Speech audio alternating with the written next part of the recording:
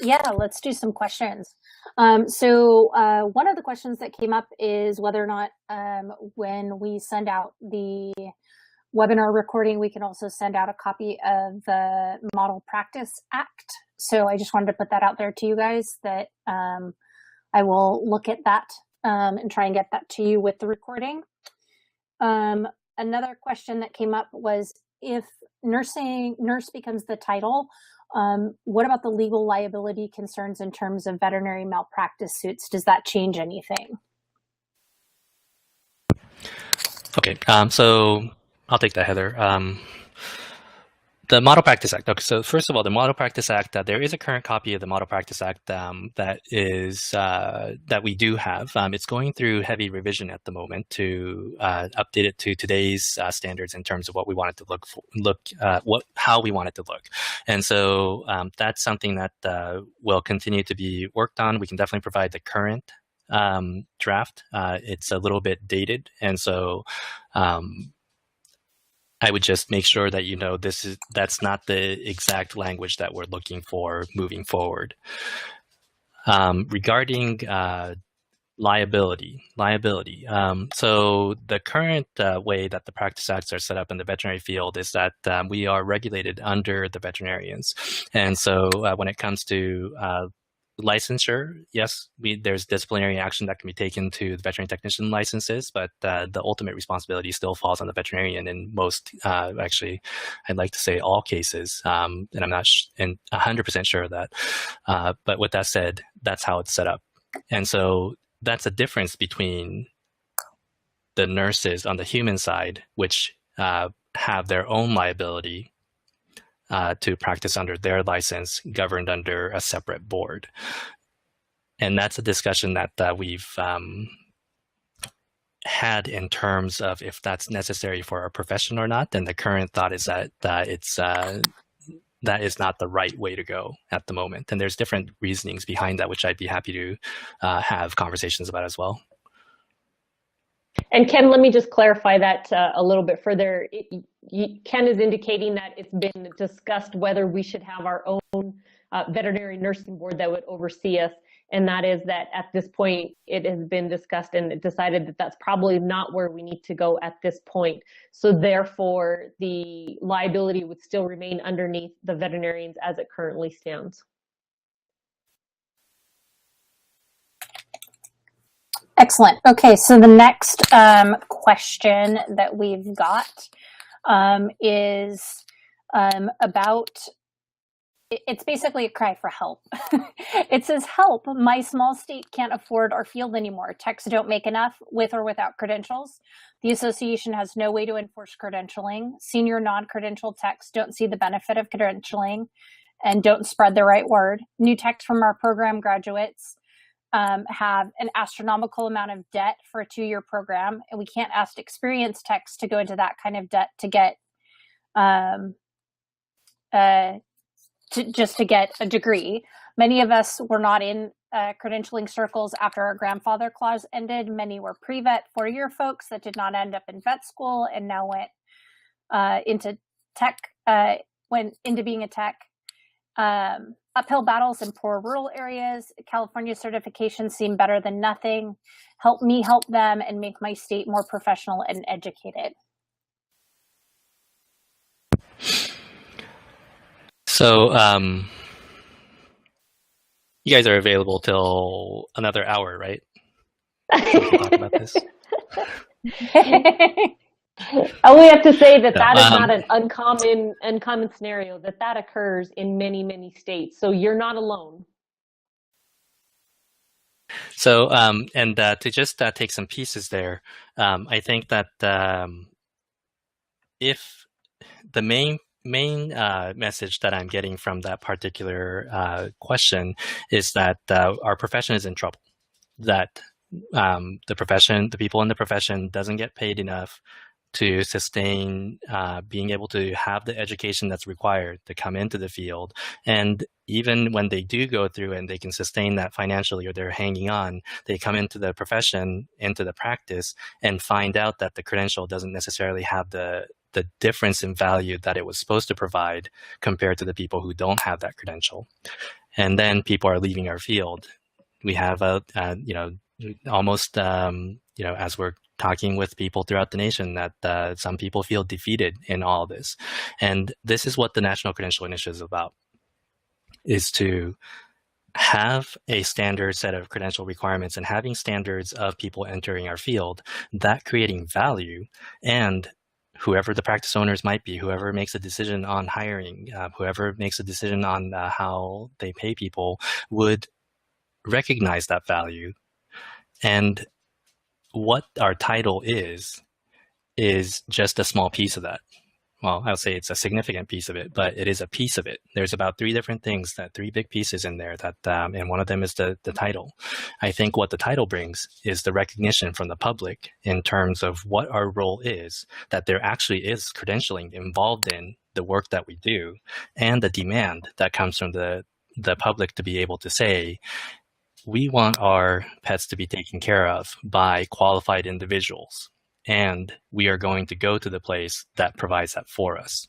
And that would be a motivation for the veterinarians to be on board, to be able to set that standard, hire correctly, and utilize the technicians that we have to the level that they should be.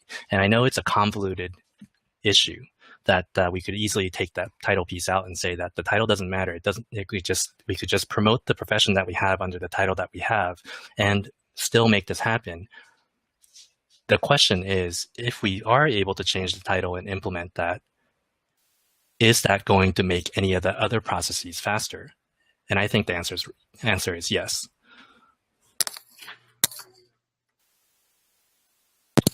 All right, so that leads into another question, which is, after looking at the demographic study, it seems that a very large group of technicians, and technicians is in quotes, working in this country are not NAVTA members and potentially didn't participate in the surveys. And theoretically, that includes grandfathered on-the-job technicians, graduate techs that did not take the VT&E, pre-vet and other science degree on-the-job techs that have not taken the VT&E. Theoretically, they are assistants, but are often referred to as technicians.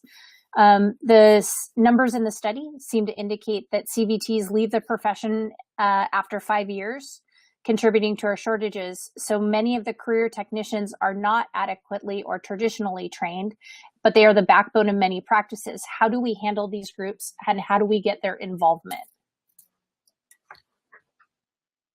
That is definitely a great question. And when we look at the demographic survey, we did have respondents that really covered almost every aspect. Of course, the numbers were varied as to whether they were credentialed, non-credentialed, VTSs, and whatnot.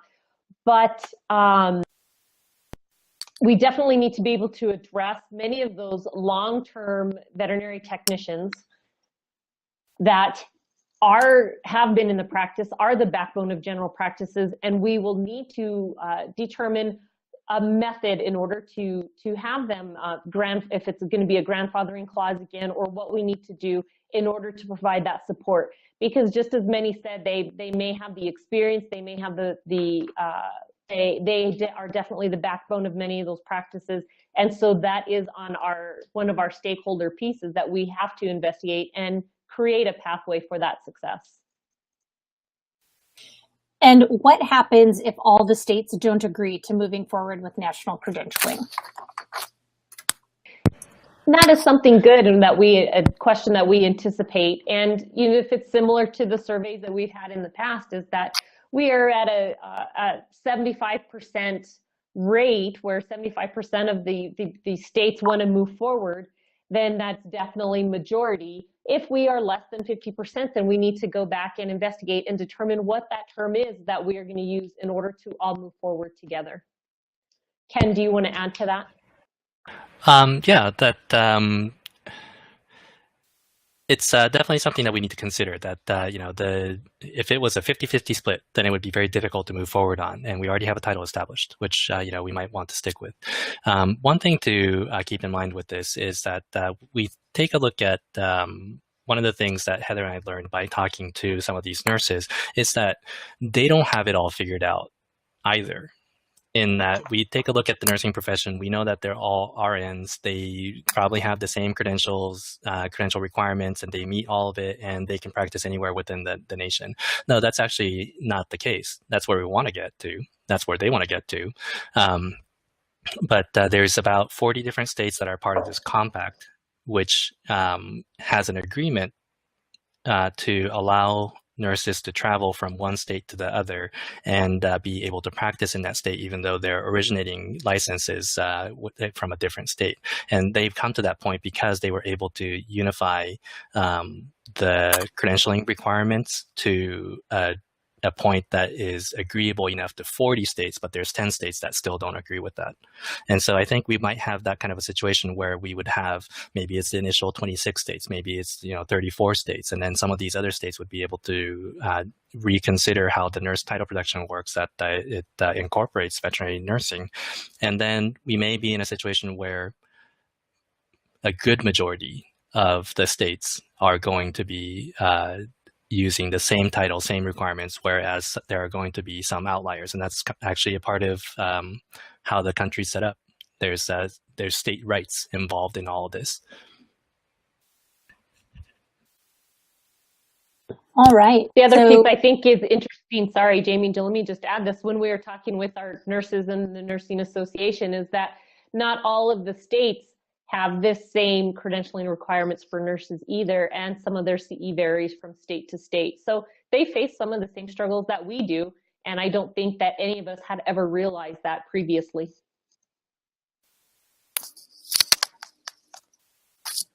Okay, so that thanks. That wraps up all of our questions, and we've got about 3 minutes left unless anyone's gonna, oh, there we go. Is it worth it to focus on the title of veterinary nurse with the hurdles that have already been identified?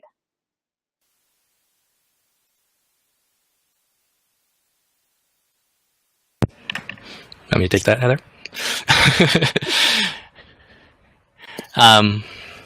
Is it worth it? I think that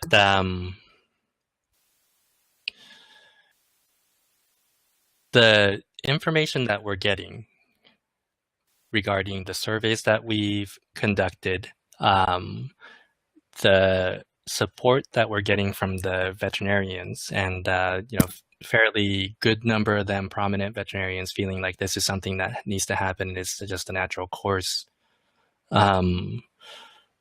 Just in terms of the supportive evidence that we're seeing that we should be moving in this direction, I would think that it's worth it. Now, this is a conversation that everyone should be having currently, to take a look at all of this and give that feedback. And it's really hard for us to say one way or the other at the moment.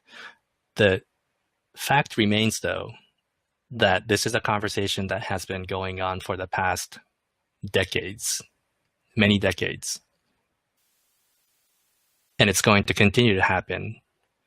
And we need to come to a good informed decision on it so that we can move forward with, if the decision of the entire profession is to say, we're veterinary technicians, we're just going to move forward with that. Great, let's do that. If it's veterinary nurse and the majority feels that way and we want to go that direction, yes, let's do that. I feel like we need to unite under a single banner, we say, to be able to move forward. And this is a good time to think about that with everything that's going on. The One Health initiative, there's so much more crossover between human medicine and veterinary medicine, and that's being recognized. There is actually voice of support from portions of the nursing community and some of the larger or the louder voices that are against it might not be as big as we think. So there's all these things that we should consider to come to that decision. And so I can't answer that right now, but we'll know within the next several months so that we can move forward in 2017 to try to implement what we want to implement.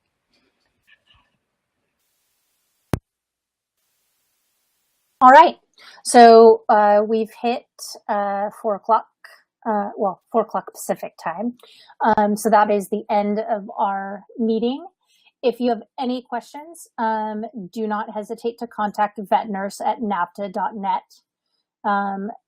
Additionally, there will be a webinar recording sent out, so you'll be able to listen to this again. And there is another one tomorrow as well. So if you have any last questions or comments, you can throw them up real quick.